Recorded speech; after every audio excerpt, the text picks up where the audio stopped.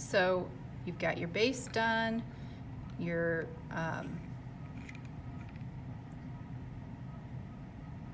weaving with a piece of wet, and this one's very long. I think it's about, I don't know, 5 feet long.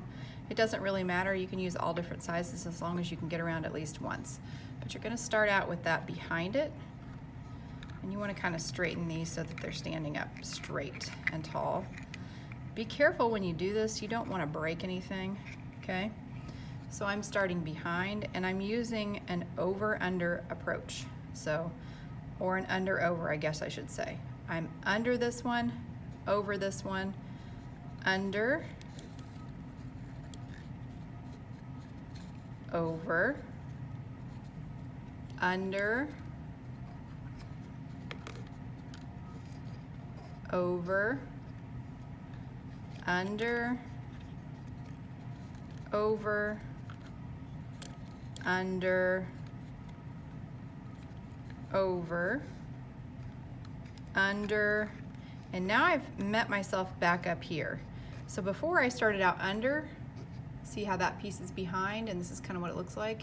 Now I'm going to do the opposite of it. I started out behind, now I'm going to start out on top. So now I'm over, under. So you want to make sure you're doing the opposite of whatever you just did. Over, under, over, under, over, under, over, under, over, under. Now I'm back to the beginning. So now I'm going to do the opposite and start out with my under. And I'm going to weave until I am empty of this piece. You want to make sure that you are constantly doing the opposite. So this is what it starts to look like rather. And you're going to weave for about 2 inches. Now look, I've made a mistake somewhere. See right there how it's the same? I should have gone over, but I actually went behind. So I'm going to go back and fix that. So you're going to have to watch yourself that you are weaving correctly each time, because you want to make sure that it looks like the opposite each time. You can start to see there a pattern. I was over, then I was under, now I'm over.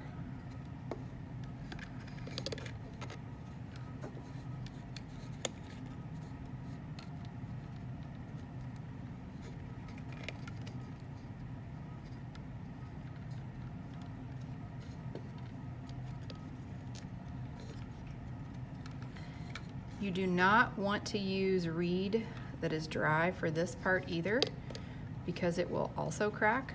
So you need to make sure that if your stuff starts to dry out, that you get a new piece from the sink, because we want this to stay wet.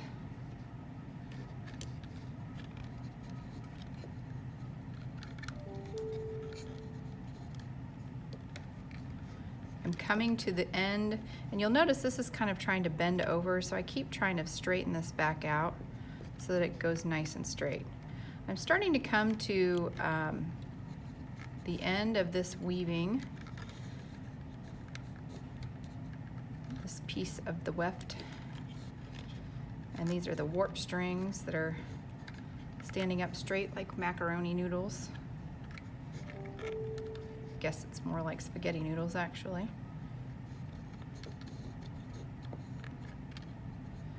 So what you do with the end piece that you get, you want to make sure you're keeping this packed nice and tight, squishing it down. You have to be careful when you're doing this that you don't keep bringing it in to the point where it's all choked off. So you want it to go straight up and down. So you don't want to pull this real tight, okay?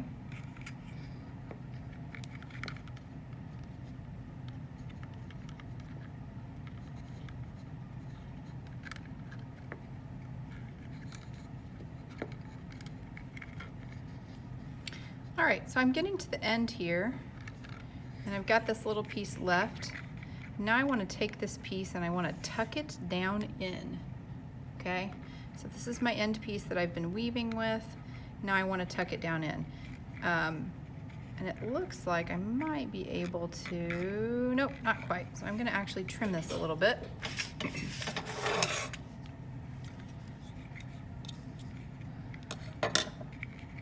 So see, I want to tuck it right in this spot right here. But if I do that, it's way too long. So I'm going to trim it just a little bit.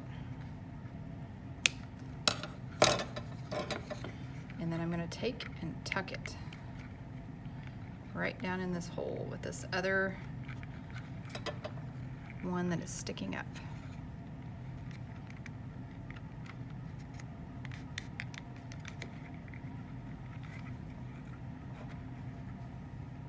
It should work. It should go down in there with it. I may have left it a little too long.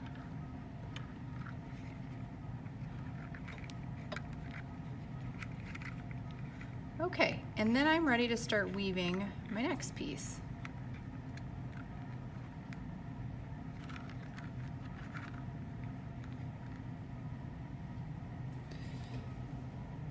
So my next piece I grab, again, I want to make sure it's wet.